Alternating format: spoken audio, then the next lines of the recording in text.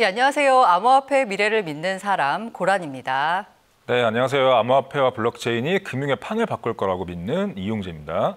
예, 벌써 저희 8번째 시간이죠. 네. 지금 저희 첫 방송부터 지금까지 쭉 들으셨던 분이라면 학위 과정으로 비교하자면 한 석사 네. 마치지 않으셨을까 하는 생각입니다. 네, 10회 안에 다들 박사가 되시길 바라면서 네. 오늘도 어떤 내용이 한 주간의 이슈가 됐는지 한번 네. 살펴보도록 하겠습니다.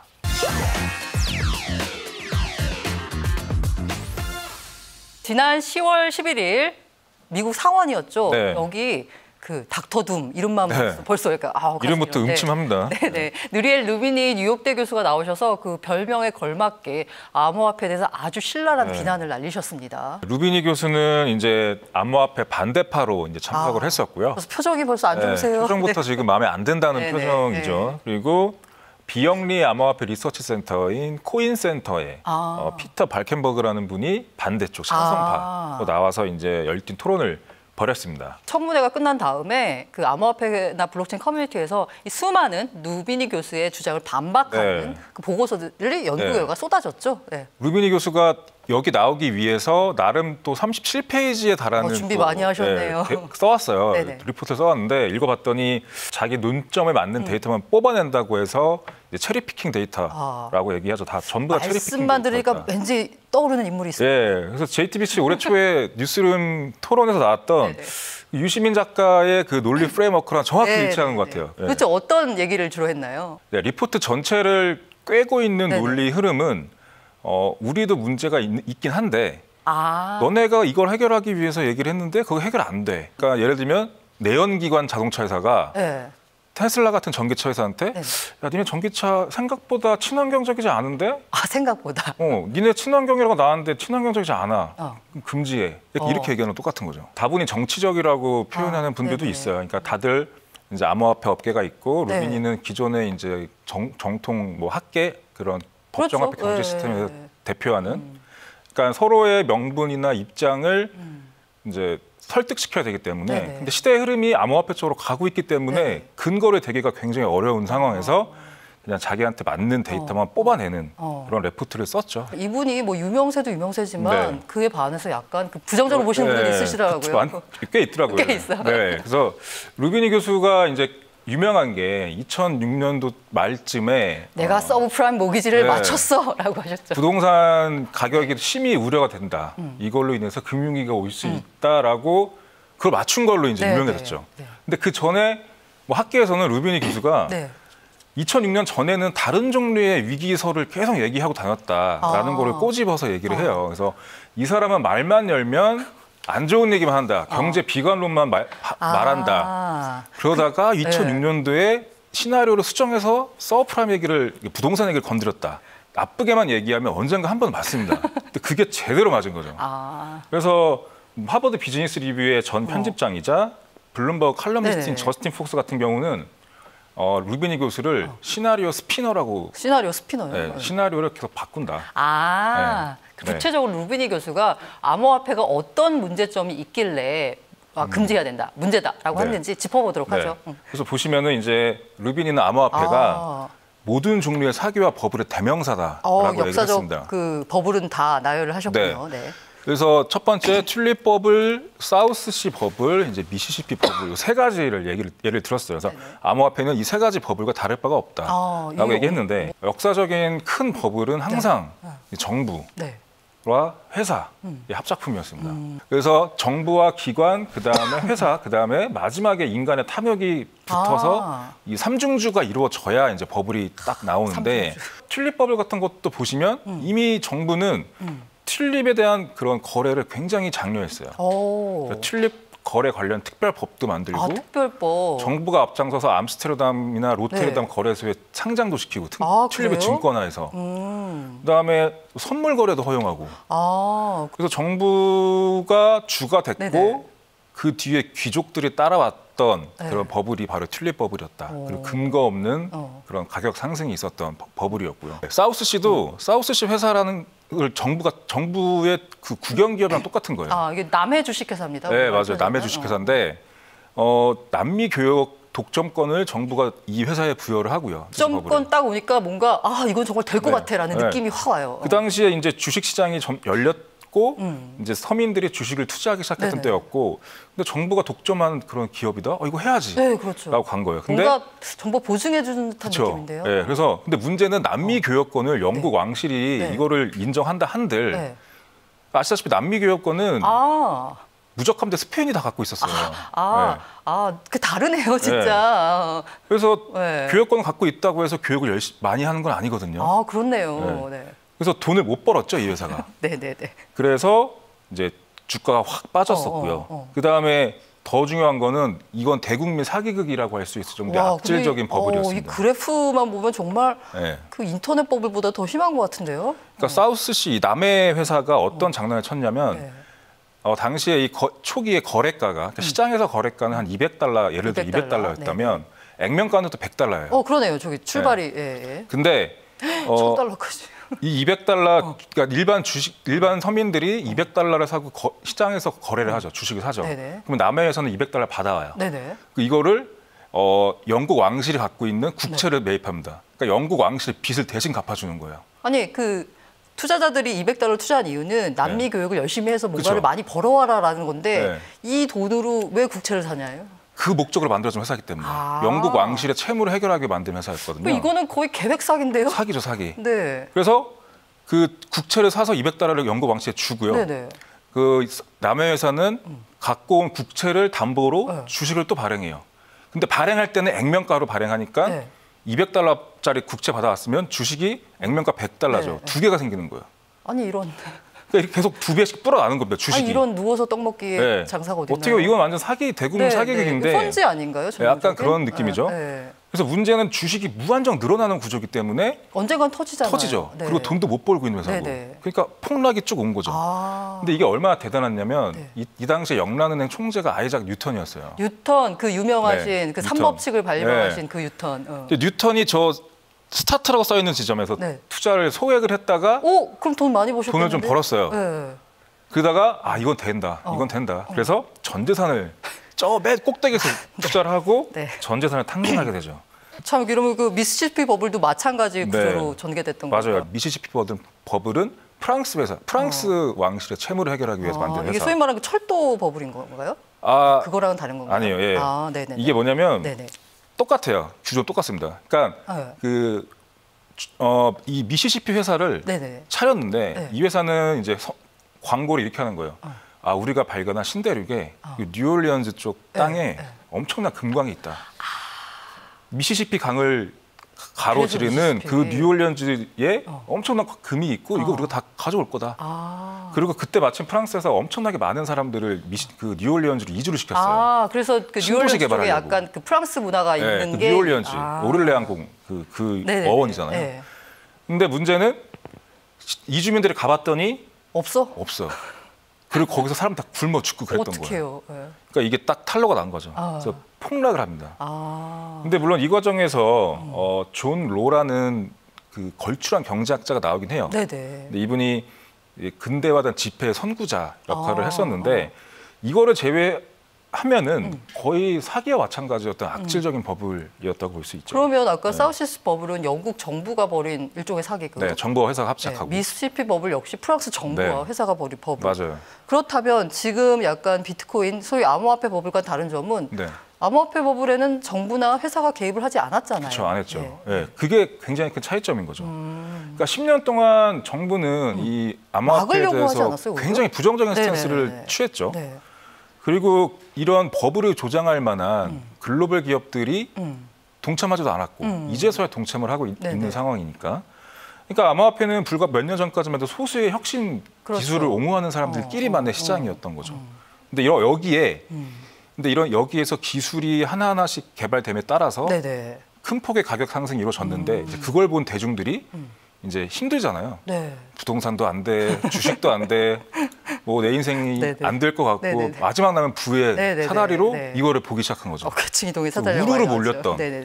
그래서 전형적인 버블이라기보다는 대중들의 맹목적인 탐욕이 불러일으킨 광기다. 라고 보는 게 맞죠. 이게 그럼 저희가 지난번에 왜 고릴라 게임 얘기하면서 혁신기술 수용 단계에서 회오리 바람이 본격적으로 일어나기 전이다. 그렇죠. 완전 하지만. 앞에서 일어난 하나의 그런 해프닝 정도라고 보는 게 맞죠. 버블이라기보다는. 버블이라고 보기보다는 힘들다. 버블은 개인이 절대 못 만듭니다. 자, 루비니 교수가 청문회에서 암호화폐는 돈으로서 기능도 못할 뿐더러 역시나 또 들고 나왔어. 확장성. 여기도 문제가 있다. 지겹네요. 확장성. 일단 뭐 이 얘기를 하면서 스타벅스에서 뭐 커피 4식는다. 이 얘기 또 할 줄 알았어요. 어디서 복사 붙여넣기 한 것 같은데 커피는 3달러인데 수수료는 55달러다. 그럼 누가 커피 사 먹겠냐 이런 얘기를 하는 거죠. 근데 이제 여기 암호화폐 커뮤니티가 바로 반박을 했죠. 그림 보시면 이 거래가 10월 15일 날 일어났던 거래. 왔다 갔다 한 비트코인 수량이 29,999개. 수수료는 0.000014 정도 돼요. 그러니까 3만 개 정도 필요할 때 합쳐보면 한 0.1달러. 그래서 약간 3만 개의 비트코인의 거래가 이동이 됐는데 0.1달러의 수수료가 발생을 한 거죠. 그 3만 개 BTC가 우리 돈으로 환산하면 2,100억 정도. 2,100억 원 정도. 근데 수수료가 얼마? 0.1 이거 얼마? 110원? 110원 정도?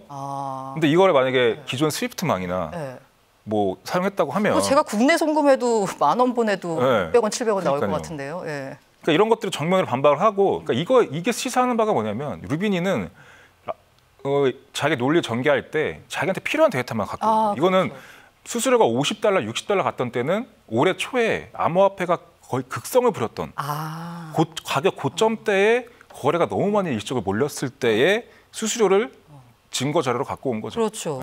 사실 그 암호화폐가 굉장히 혁신적이라고 하는 게 계속 업그레이드가 되고 있잖아요. 진화하고 있는 그 부분을 간과했던 거예요. 그 확장성 얘기도 저희가 계속 책에도 얘기하고 계속 방송에도 얘기하지만 뭔가 계속 나아지고 있잖아요. 이거는 다 프로그래머블 머니거든요. 계속적으로 업그레이드가 되는 거예요. 시장의 상황에 따라서.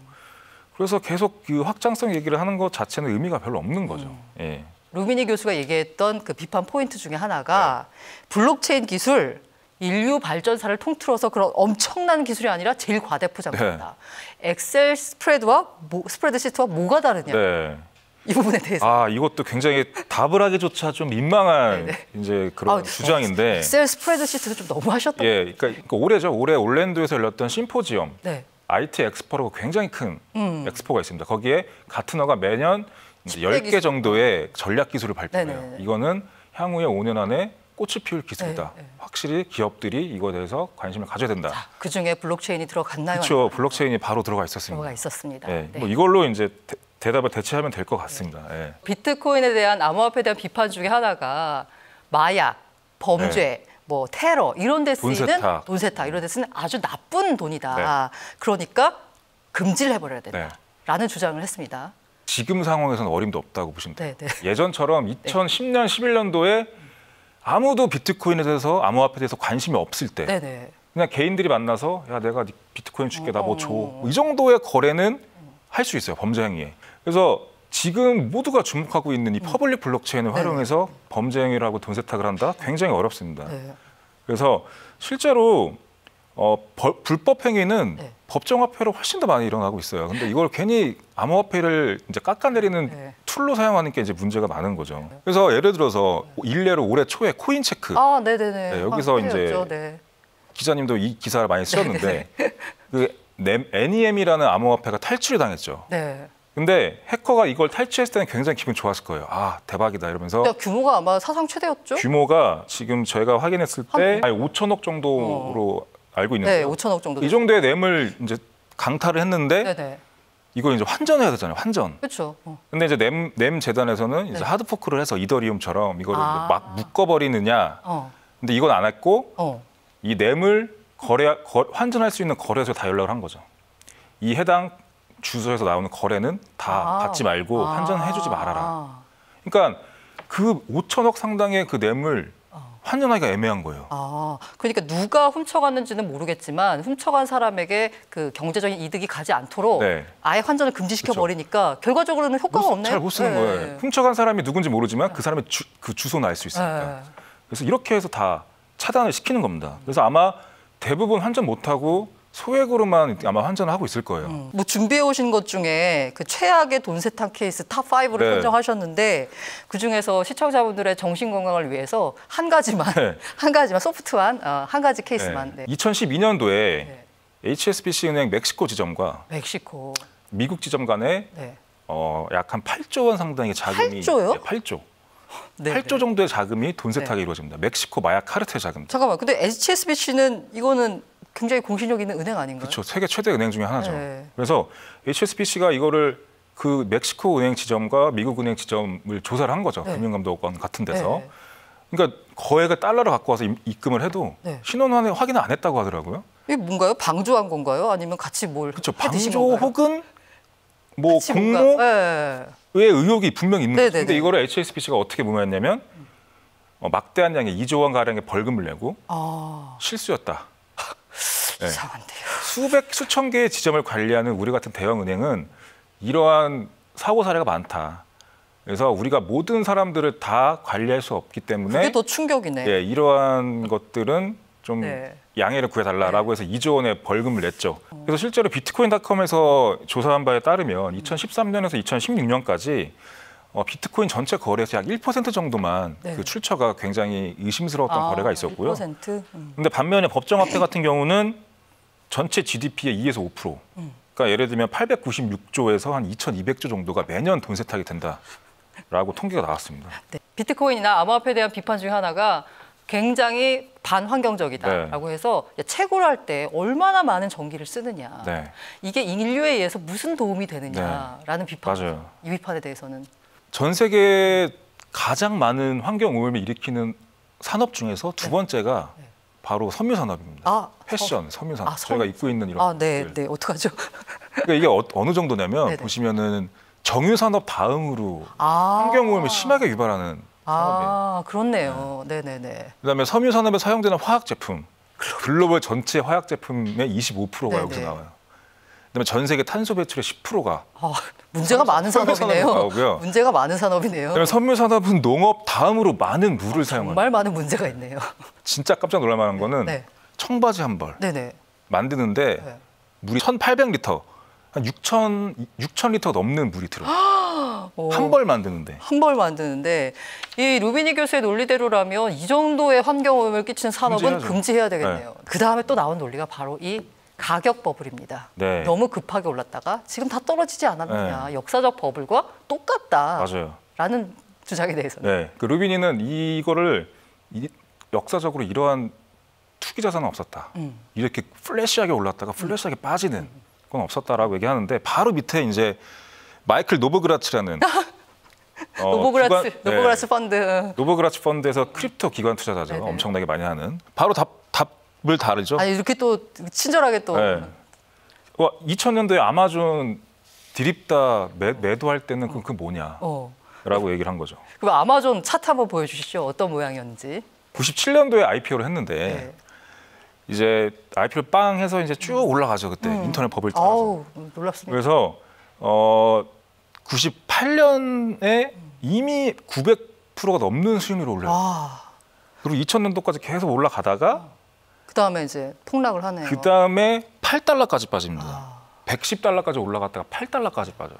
이 현상을 두고 네. 로저 맥남이라는 사람이 있어요. 어. 이분이 이제 엘리베이션 파트너라는 벤처 캐피탈 대표인데 네네. 페이스북에서 투자하고 되게 네. 전설적인 분입니다. 네. 근데 이분이 했던 말이 지속성을 갖는 산업적 혹은 기술적 광풍과 튤립처럼 속빈 강정에 불과한 단순한 유행은 구분해야 된다.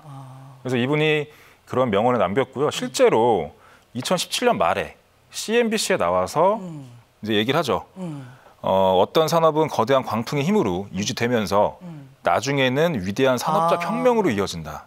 인터넷이 그러했고 비트코인 역시 2018년까지, 그러니까 올해까지 관심이 이어진다면 가격이 폭락을 해도 제도권으로 수용될 수 있을 것이다 라고 얘기를 했죠.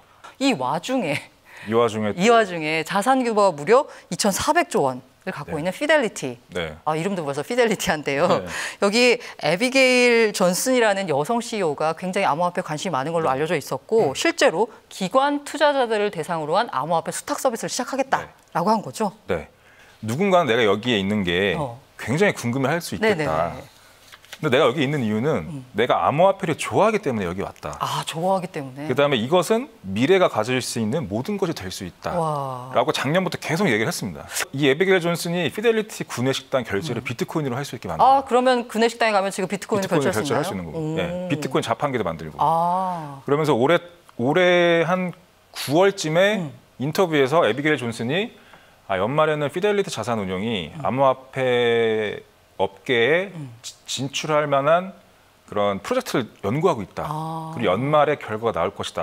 라고 얘기를 했었어요. 근데 훨씬 빨리 지금 발표를 한 거죠. 그럼 이제 아까 말씀드린 대로 증권사에서는 이미 골드만삭스가 시동을 걸었고 네. 운용사에서는 피델리티 있고 네. 뭐 벤처 캐피탈은 말할 것도 다 없고 들어와 있고. 학교 네. 중에서는 예일대학교가 지난 시간에 우리가 데이비드 살펴봤고 스웬슨, 네. 이렇게 뭔가 그 투자업계 거물들이 하나 둘씩 시장으로 편입되는 느낌이고 네. 자, 이제 시대의 흐름이 어떻게 가는 것인가에 대해서 우리가 어떻게 생각해야 될까 네. 한번 잘 생각해 보시길 바랍니다. 네.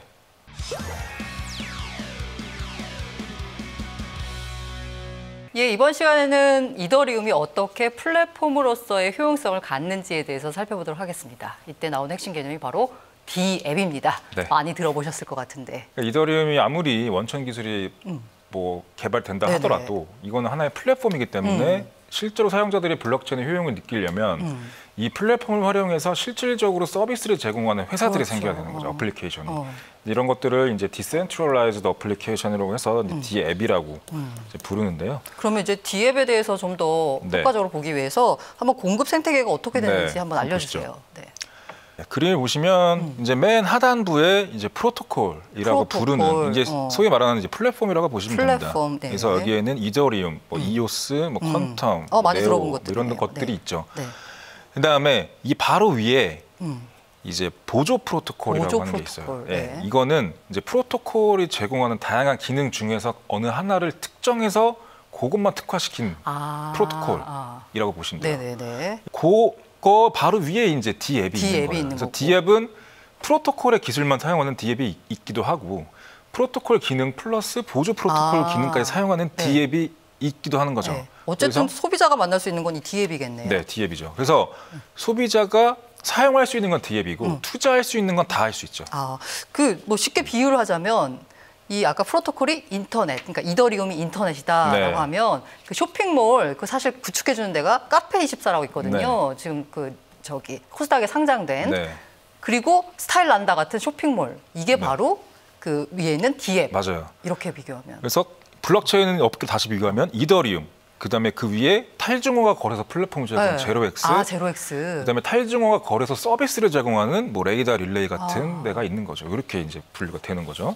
네, 그럼 인터넷 앱과 우리가 많이 보는 네. 블록체인의 D앱과 어떤 차이가 있는 건가요? 예, 크게 이제 5가지 정도의 특징이 있어요. D앱과 일반 애플리케이션 차이점은 첫 번째는 오픈 소스라는 거죠. 오픈 소스. 네, 오픈 소스. 다 공개했다. 네, 그래서 그런 코드 공개하고 같이 협업하는 그런 대표적인 플랫폼이죠. 깃허브 같은 데다가 네. 많이 올려놓고 같이 연구를 하는 거죠. 예. 내가 뭔가 특허를 갖고 있는 입장에서 굉장히 좋은 기술을 갖고 있어요. 네. 근데 그걸 공개한다? 네. 이게 좀 위험하지 않나요? 베끼면 그쵸. 어떻게 해요? 이게 이제 구글이 새로운 지평을 열었어요. 네네. 구글이 만들어내는 안드로이드 같은 것들을 오픈 소스로 공개를 하면서 다양한 전 세계 개발자들이 여기에 뛰어들어서 개발을 하는 거죠. 그러니까 이미 핸드폰 시장의 OS는 안드로이드가 지배적이에요. 네네. 그러니까 MS, 그러니까 시장 점유율과 영향력을 높이기 위해서는 오픈 소스가 훨씬 더 전략적이라는 거죠. 최근에는 또 그 머신러닝 네. 프로그램이죠. 이거를 또 텐서플로우라는 게 있는데 네네. 이것도 이제 오픈 소스로. 그래서 헤게모니를 가져가기에는 오픈 소스가 제일 좋습니다. 그럼 두 번째 특징은 뭐가 될까요? 두 번째 특징은 이제 모든 정보가 암호화돼서 암호화. 상위 블록체인에 기록이 된다라는 거죠. 이런 특징이 있고요. 세 번째는 이제 사전에 정해진 토큰. 알고리즘에 따라서 토큰이 생성되고 분배되고 보상이 이루어진다. 네 번째는 바로 뭐가 될까요? 뭐 합의죠, 합의. 합의. 예. 그러니까 중앙화된 기구가 없잖아요. 그래서 앞에 디센트럴라이즈드라는 그러네요. 단어가 붙어서 D앱이라고 부르는데 중앙화된 합의 기구가 없기 때문에 구성원들이 다 합의를 해야 돼요. 네. 그래서 변화를 결정하거나 뭐 여러 가지 정책상 변화가 있을 때는 다 합의를 해야 된다라는 이 것들. 네 번째 특징 때문에 사실 이 철학적이나 아니 사상적으로 이 디센트럴라이즈드 이 블록체인에 매료되신 분들이 맞아요. 있죠. 네, 민주주의를 구현할 맞아요. 수 있다라는 측면에서 마지막 특징으로는 마지막은 어떻게 됐든 간에 이걸 사용하는 이 커뮤니티 멤버들한테 유무형의 경제적 인센티브를 제공해야 된다는 거죠. 이 경제적 인센티브에서 바로 그 유틸리티 토큰이나 뭐 시큐리티 토큰 같은 게 나오는 거고 시큐리티 토큰 같은 경우에는 수익에 대한 배당을 약간 이게 나눠줄게라는 거서 이거 이렇게 보면 증권 같아요. 증권에 걸려서 거의 금융기관과 같은 다양한 규제를 받아야 돼요. 그래서 지금은 솔직히 좀 어렵고 향후에 이제 토큰의 미래는 시큐리티 토큰이다라고 보는 사람들이 많이 있어서 이제 그쪽으로 가게 되면은 꽃을 피울 것 같고요. 아직까지는 유틸리티 토큰으로 인한 그런 뭐 보상이 이제 지배 대부분이죠. 이제 블록체인 플랫폼 생태계가 발전하면서 새로 나온 게 이 바로 암호 경제학. 암호 경제학. 크립토 이코노믹스. 이게 굉장히 뜬다. 간단히 말하면 블록체인 플랫폼과 토큰 이코노미를 디자인하는 거예요. 디자인, 설계. 이건 약간 그 경제학보다는 개발 느낌에 더 가깝네요. 다양한 그런 소양이 필요합니다. 그러니까 경제학도 알아야 되고요. 경제학, 그러니까 토큰 이코노미와 토큰이 어떻게 생성 배분되고 이게 경제학적으로 어떻게 인센티브를 줄 수 있는지라는 경제학도 알아야 되고요. 하나의 프로젝트를 효과적으로 런칭하고 유지할 수 있는 데 필요한 경영학적 지식도 필요하고요. 이걸 코드화하고 암호화할 수 있는 그런 컴퓨터 사이언스 기술도 필요하고, 그다음에 여기 참여한 참여자들이 어떻게 움직일지에 대한 심리학, 다양한 게 많이 필요해요. 이걸 잘하려면 젊은 분들은 이런 관련된 스타트업에 들어가셔서 그 ICO나 프로젝트를 처음부터 끝까지 경험하는 게 제일 중요해요. 방금 ICO라는 말씀을 하셨는데 여기서 ICO 하도 많이 얘기가 나와서 이미 뭐 다 아실 것 같지만 이니셜 코인 오퍼링이라고 하는데 필요한 프로젝트 개발에 필요한 돈을 암호화폐를 통해서 조달하는 행위였는데요. ICO를 한번 본격적으로 살펴볼까요? ICO가 얼마만큼 활발하게 이루어지고 있는지를 살펴보면 2018년도 한 해 동안에 ICO가 한 390건, 그러니까 인터넷 기업들이 한해서 VC 투자는 324건 정도 비슷하게 나옵니다. 근데 펀딩 금액이 좀 차이가 나죠. 2018년도에 ICO로 펀딩된 그런 자금이 15조 정도 되고요. VC로 펀딩된 금액이 한 2조 정도 되고 2018년 2분기에만 ICO가 190건이 넘었고요. VC는 한 178건, 펀딩 금액도 확실히 차이 납니다. 2분기에만 ICO는 8조, VC는 한 1조 정도. 근데 여기에는 그게 있어요. 리버스 ICO에 그 텔레그램이 들어가 있고, 그다음에 올해 6월 달에 ICO가 끝난 이오스가 들어가 있습니다. 이오스가 4조짜리 ICO였거든요. 근데 사실 그 ICO를 다른 말로는 이게 투자의 민주화가 이루어졌다라고 하는데, 그러면 이렇게 돈이 많이 이루어지는 투자가 많이 이루어지는 ICO 어떤 과정을 거쳐서 이게 뭐 이루어지는 건지 프로세스를 한번 설명 부탁드립니다. 그래서 먼저 개발자들이 해당 프로젝트를 개발을 하고요. 그다음에 이거에 대해서 굉장히 이거에 대해서 집약적으로 제안서 같은 걸 쓰는데 그거 바로 백서를 만들죠. 근데 이 백서를 공개를 하고 전 세계 모든 사람들이 이 백서를 볼 수 있고요.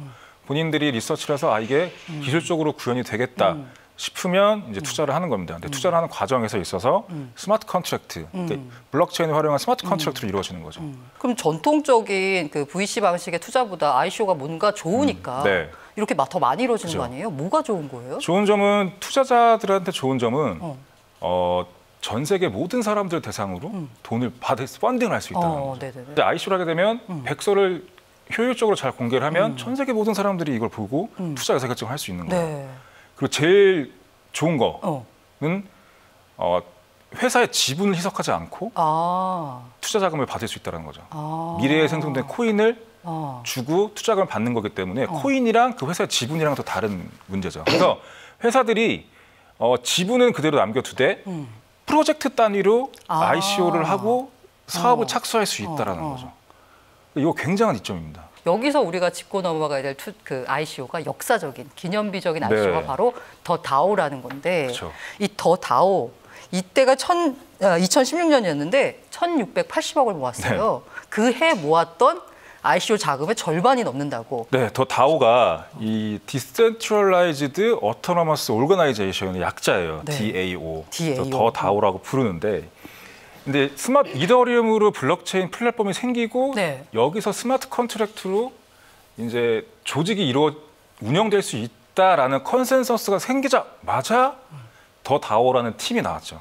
우리가 이걸 실체화해주겠다. 한번 구조에 대해서 구체적으로 설명을 해주시면. 그래서 이게 이제 그림을 보시면 개발자가 있어요. 개발자. 뭐 있어야 되겠죠. 개발자는 당연히 이제 더 다오 안에 있는 스마트 컨트랙트를 짜는 그런 개발자 집단이라고 보면 되고요. 토큰 보유자가 있습니다. 더 다오 토큰 보유자. ICO로 해서 참여해서 토큰을 수령했던 그 사람들. 근데 이 사람들이 뭘 하냐면 그 토큰 보유량에 따라서 그 다양한 프로젝트에 대한 투표권을 갖게 되는 거예요. 그러니까 더 다오가 일종의 투자 회사라고 보시면 돼요.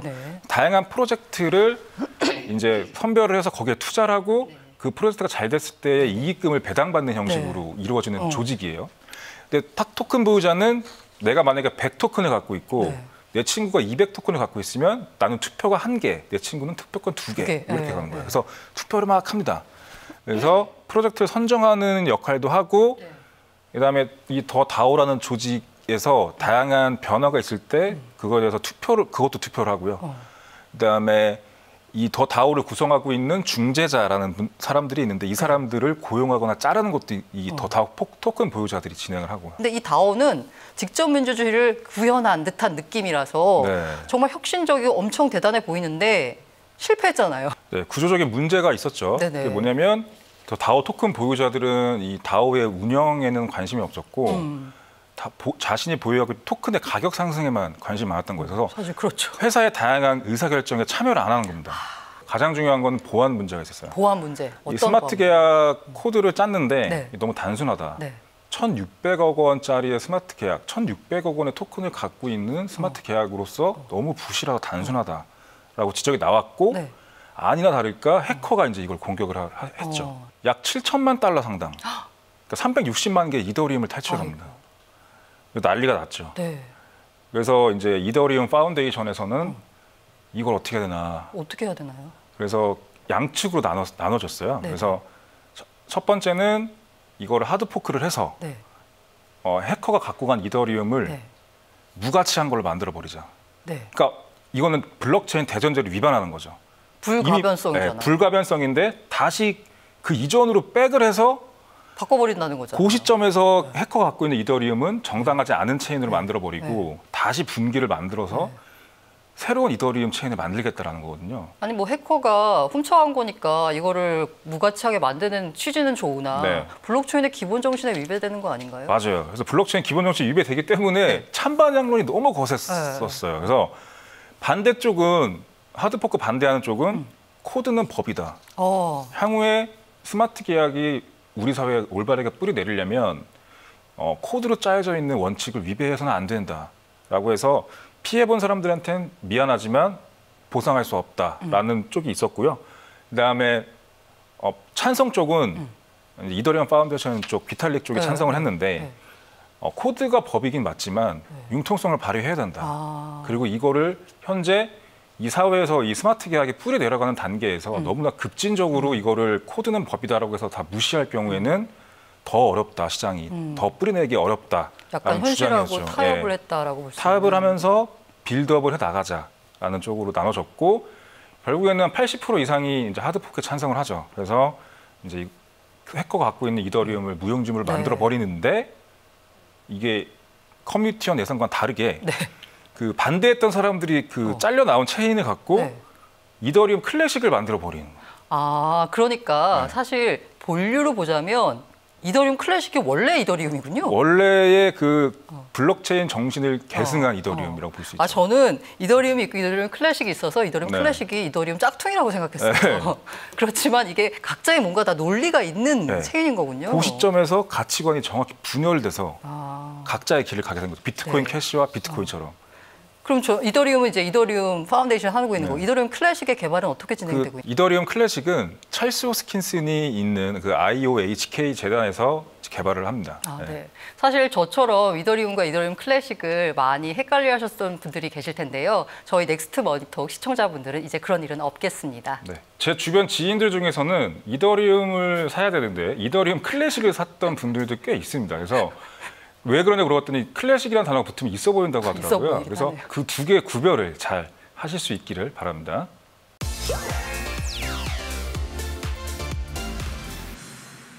예, 오늘 초대 손님은 블록체인 업계의 레너라 하는 큰 손이자 네. 가장 주목받는 사업가, 그 애쉬라는 필명으로 유명하신 네. 분이죠. 네, 블록체인 기반 금융기술 회사죠. 액트2 테크놀로지스의 창업자 한승환 대표님을 모셨습니다. 네, 안녕하세요. 네, 반갑습니다. 사실 뭐 아는 분은 다 알지만 대부분 아실 거예요. 네, 네. 뭐 애쉬라는 필명으로 네. 유명하신 혹시라도 모르는 분들이 있으니 나 이런 사람이야 하고 자기소개 좀 부탁드리겠습니다. 약 2013년 가량부터 블록체인 쪽에 관심을 굉장히 많이 느끼고 여러 가지 부분에서 재미를 느끼면서 여러 가지 활동을 꾸준히 해왔던 것 같아요. 초창기에는 커뮤니티 활동이라든지 아니면 콘텐츠를 만드는 부분이라든지 아니면 여러 가지 해외에 있는 부분들과 협업을 하거나 투자를 하거나 프로젝트들을 같이 만들거나 어드바이징을 하거나 그리고 한국에서는 그동안 피넥터라는 컨설팅 회사를 만들어서 컨설팅 또는 교육 또는 여러 가지 기관들과 공동 연구를 하고 또는 공개 분산 원칙과 관련된 리포트들을 발행하기도 했어요. 그 이후에는 사실 개인에 가까운 활동이었는데 조직으로서 더 많은 부분들 그리고 조직이기 때문에만 가능한 것들이 있다고 생각했고 그래서 관련해서 사람들 하나둘 만나가면서 액트2 테크놀로지스를 창업하게 됐습니다. 어쨌든 비트코인이라는 그 디센트럴라이즈된 첫 번째 이걸 접했을 때가 언제였으며 왜 이렇게 이쪽으로 완전히 다 아예 그냥 인생의 방향을 틀어버린 거잖아요. 원래 경제라든지 화폐금융, IT, P2P, 네트워크 이런 쪽에 관심이 굉장히 많았어요. 네.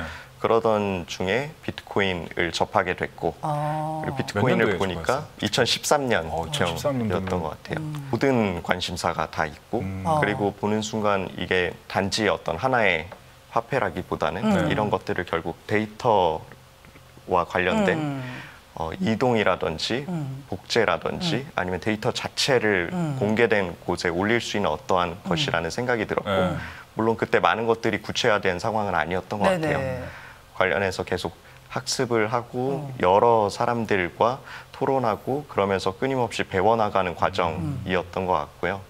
그래서 커뮤니티 활동에도 굉장히 매료된 부분이 있어요. 그때는 해외든 한국이든 커뮤니티가 굉장히 소수였는데 최초로 한국에서 커뮤니티 만드셨다고. 그건 아니에요. 아니에요? 최초는 아닌데 아무튼 미덥을 만들었어요. 미덥. 한국어로 하는 미덥을 만들어서 했었고 그때 당시 한국에는 땡글이라는 커뮤니티가 있었어요. 네네네 알아요. 그것밖에 없는 정도였는데 근데 당시에 많은 사람들이 이거를 비즈니스적인 관점에서 접근하시는 분들도 있는데 관련돼서 이게 어떤 걸 할 수 있는 걸까라는 호기심의 차원에서 접근하는 분들도 많았고 학술적으로 접근하는 게 더 컸다고 볼 수 있나요? 그런 부분도 있었던 것 같아요. 모두가 학술적으로 접근하진 않았고요. 다 먹고 살아야 되는 분들이다 보니 당시에 해외에서는 연구하고 말씀하신 것처럼 학술적으로 접근하는 부분들이 양으로만 보면 더 많이 있었죠. 그리고 조금 더 일찍 그런 것들이 형성되기 시작하다 보니까 풀리지 않는 어려움들이 있으면 해외에서 토론을 하거나 거기에 있는 자료들을 보거나 질문을 하거나 이런 형태로 학습을 계속 할 수 있었고요. 그래서 이력으로 보면 그 굉장히 유명한 블록체인 프로젝트죠. 뭐 퀀텀, 오미세고, 그다음에 뭐 코스모스, 사이버마일즈 최근에 이런 되게 굉장히 다양한 프로젝트의 어드바이저로 이름 올리셨는데 사실 미술 전공에다가 경영학이면 개발자가 아니거든요. 근데 이게 어떻게 가능했는지. 어떤 도움을 주신 거예요? 코스모스 같은 경우는 지금은 어드바이저로서 이름을 올리지는 않고 그냥 순수하게 팬의 입장에서 항상 패닝을 먼저 시작하고 그 다음에 가서 제가 도울 부분이 있는지를 채우는 형식을 하고요. 필요한 부분들은 다 했던 것 같아요.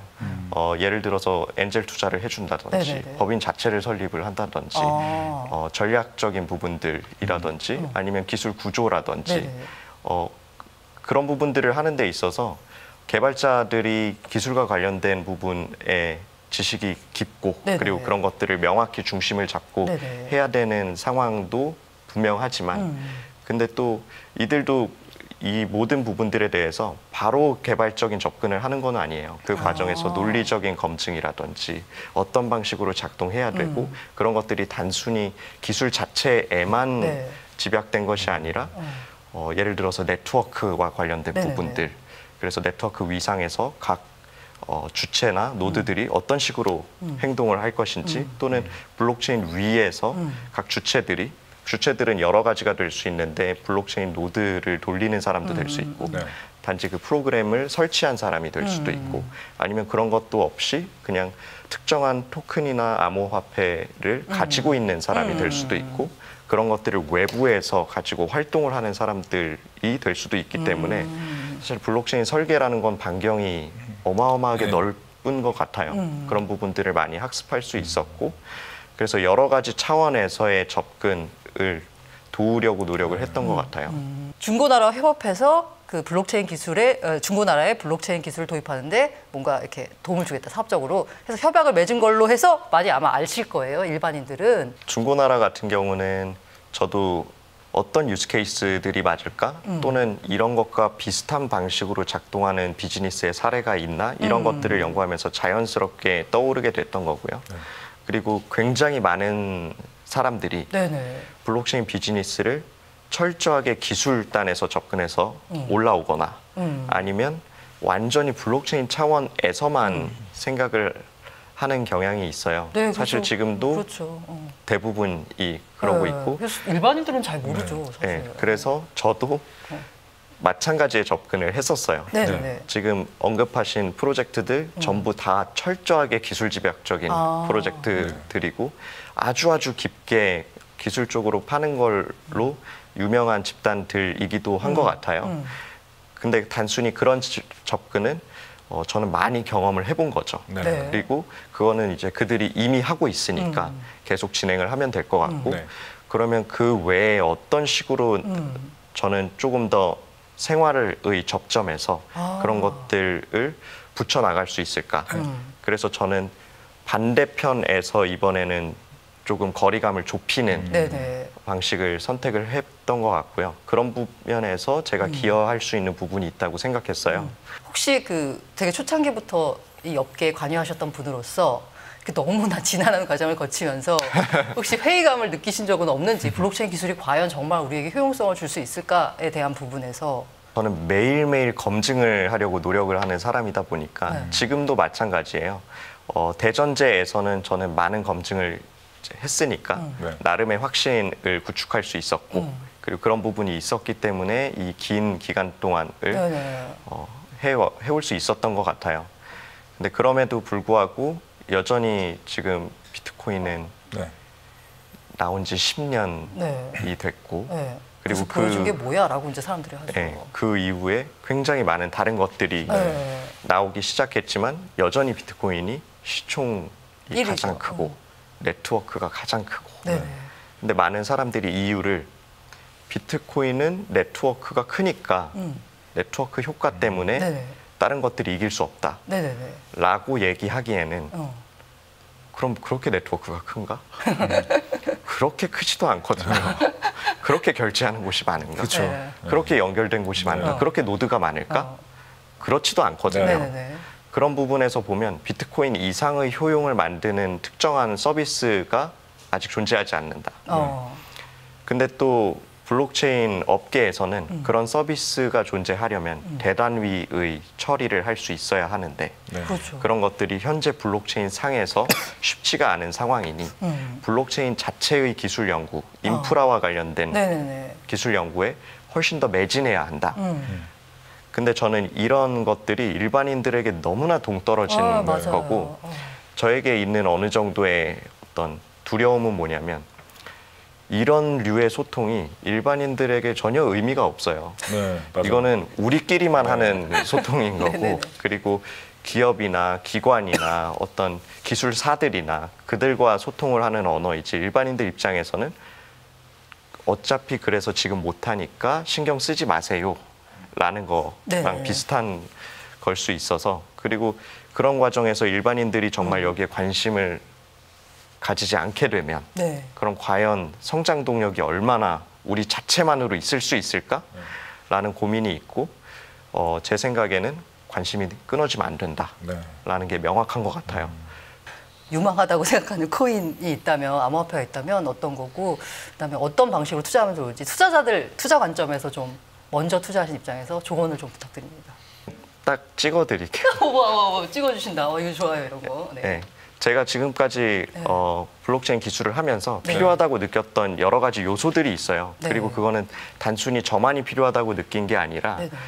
되게 큰 단위에서의 산업에서의 합의된 필요들인데 네. 예를 들어서 속도 그렇죠. 또는 확장성, 대용량 처리 네. 또는 그런 것들에 대해서 어떻게 정합성 있는 형태로 작동하도록 만들 것인가에 대한 논증 가능한 네. 형태, 수학적으로 증명 가능한 네. 형태의 작동 네.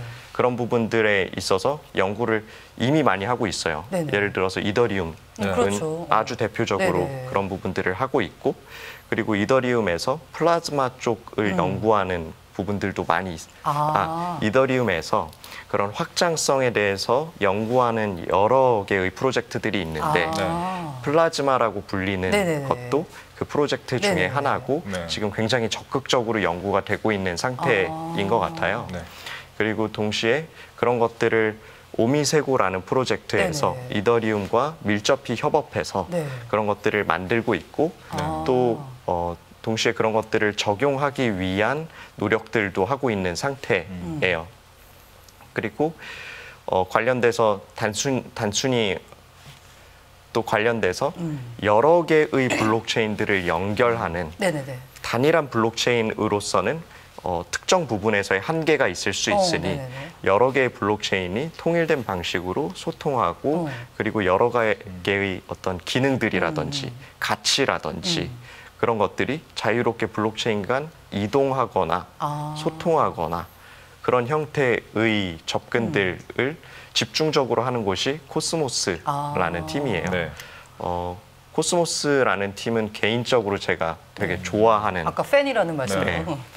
팬이고 그리고 그것과 관련돼서 여러 가지 흥미로운 주제들이 많이 나오고 있어요. 네네. 이를테면 정말 어떤 식으로 블록체인을 연결하지?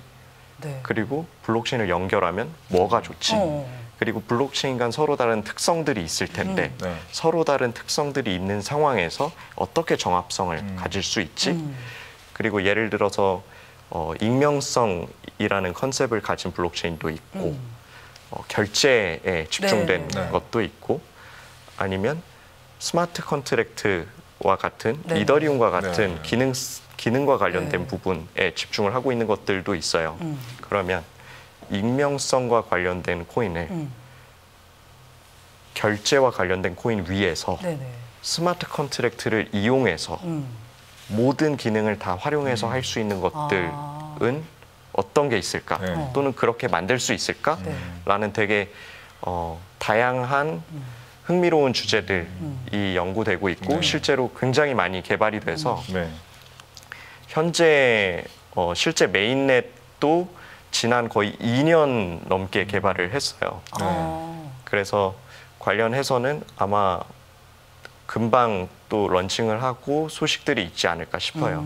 자, 시청자 여러분 보셨죠? 지금까지 나왔던 몇 가지 이름이 있습니다. 네, 잘 들어주시길 바라고요. 오늘 귀한 시간 내주셔서 감사합니다. 네, 감사합니다. 예, 오늘 저희가 준비한 소식은 여기까지고요. 다음 주에 더 알찬 소식으로 찾아뵙도록 하겠습니다.